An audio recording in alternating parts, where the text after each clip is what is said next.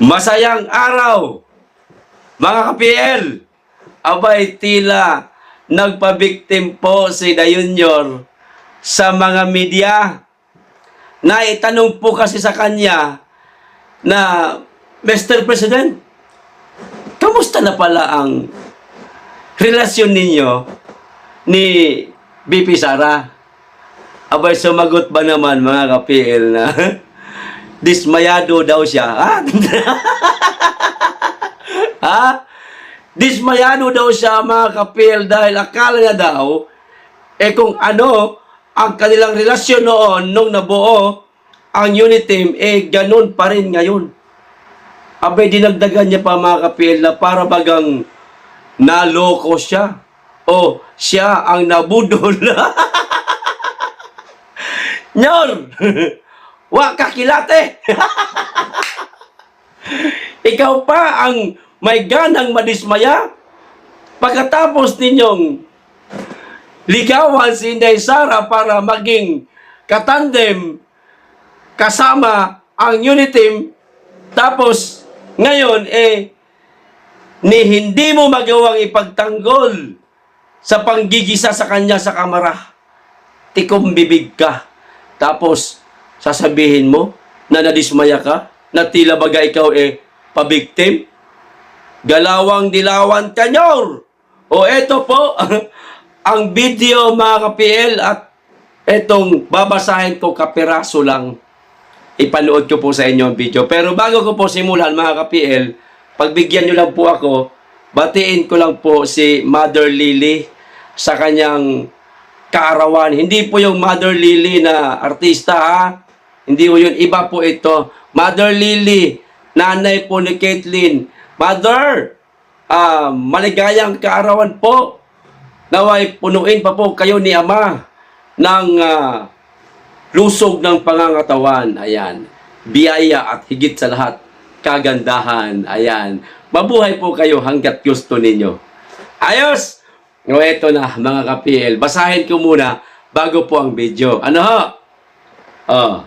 Dismayado si Pangulong Ferdinand Marcos Jr. na ang kaparehan niya sa unit team na si Vice President Sara Duterte ay hindi pala siya itinuturing na isang kaibigan. Abay, hindi naman talaga kayo magkaibigan, Yor. Ha? Ang tagal na nung sinabi ni Vice President Sara Duterte na hindi kayo magkaibigan. Oo, yung kapatid mong mangga. Sila ang magkaibigan pero ikaw hindi, dahil nagkakilala lang di umano kayo dahil binuo itong unit team na kalaunay pambubudol. O ito ba? O ito yung sabi niya mismo.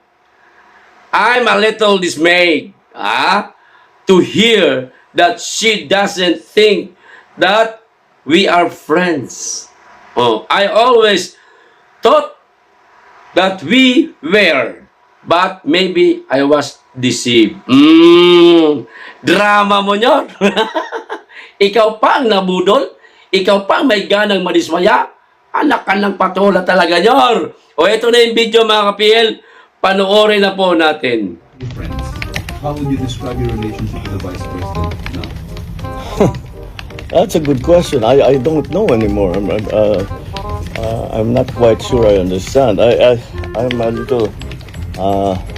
little dismayed to hear that she doesn't think that we are friends.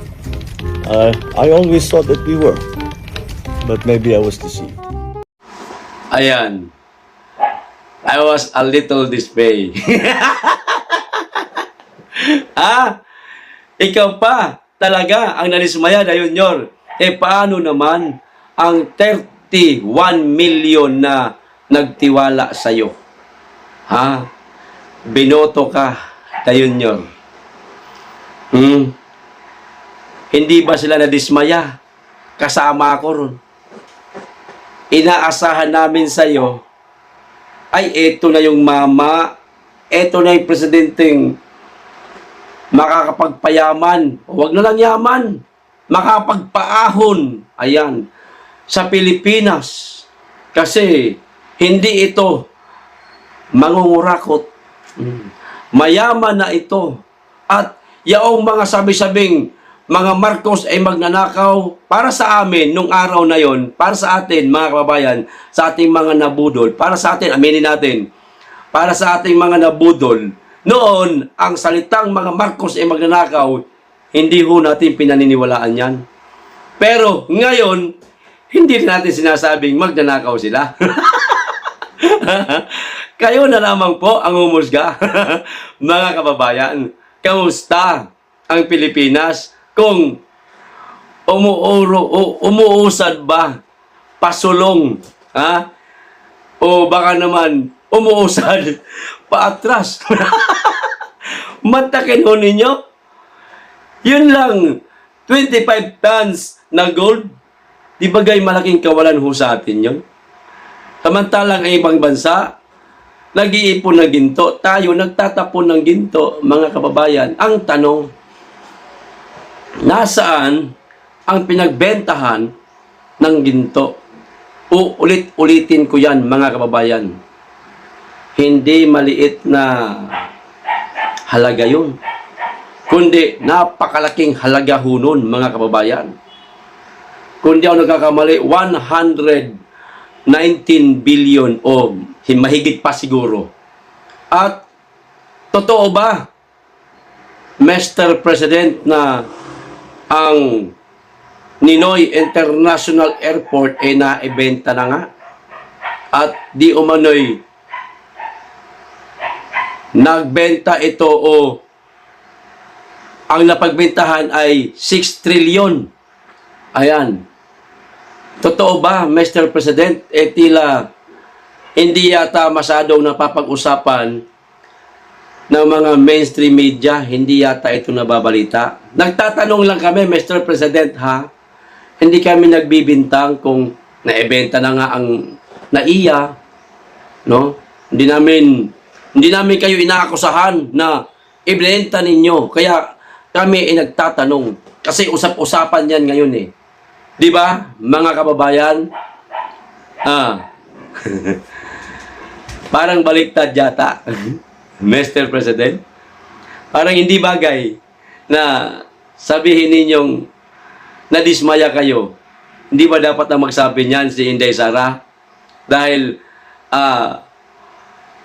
positibo ang pangalawang Pangulo na isa ka sa makakasama o makakatulong sa kanya para sa bansa. Pero anong nangyari ngayon sa bansa? Si Inday Sara po, ang may karapatan niya na magsabi na, nadismaya ako kay Junior. Kaya, kinakailangan ko lang sabihin sa media na, no more Marcos. Ayan. Kaya hindi nakapagtimpe ang pangalawang Pangulo na itanong din sa kanya, napanood nyo na ba yun, Mr. President? Na naitanong sa kanya kung susuporta pa ba siya sa isang Marcos ulit kung sakasakaling meron ka kandidato? Maliwanag at sinabi ng pangalawang Pangulo na no more Marcos, aray ko. At mismo sa interview yun, doon niya rin sinabi na hindi kayo magkaibigan. Ikaw lang ang nag-a-assume, Junior, na magkaibigan kayo. Pero ang totoo, hindi. Binubola mo lang ang pangalawang Pangulo para wag siyang gumawa ng hakbang na masakit laban sa iyo. Pero hindi mo mauuto si Inday Sara. Kaya inilabas niya ang kanyang tapang, ayan, pagtatanggol para sa bayan, pagmamahal sa taong bayan. Kaya niya nasabi yun na susunod. Kulang na lang sabihin ba? Hoy mga kababayan, sa susunod ha, pag may tumakbo pang Marcos, huwag nyo na pong iboto. Ayun, damay si Mangga. Mga kababayan, huwag nyo na iboto. Mambubutol yung mga yan.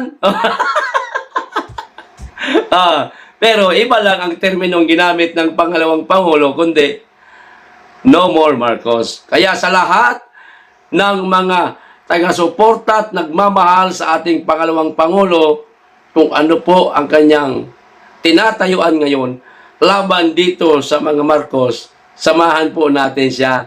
Kaya isigaw po natin, no more Marcos. Ha?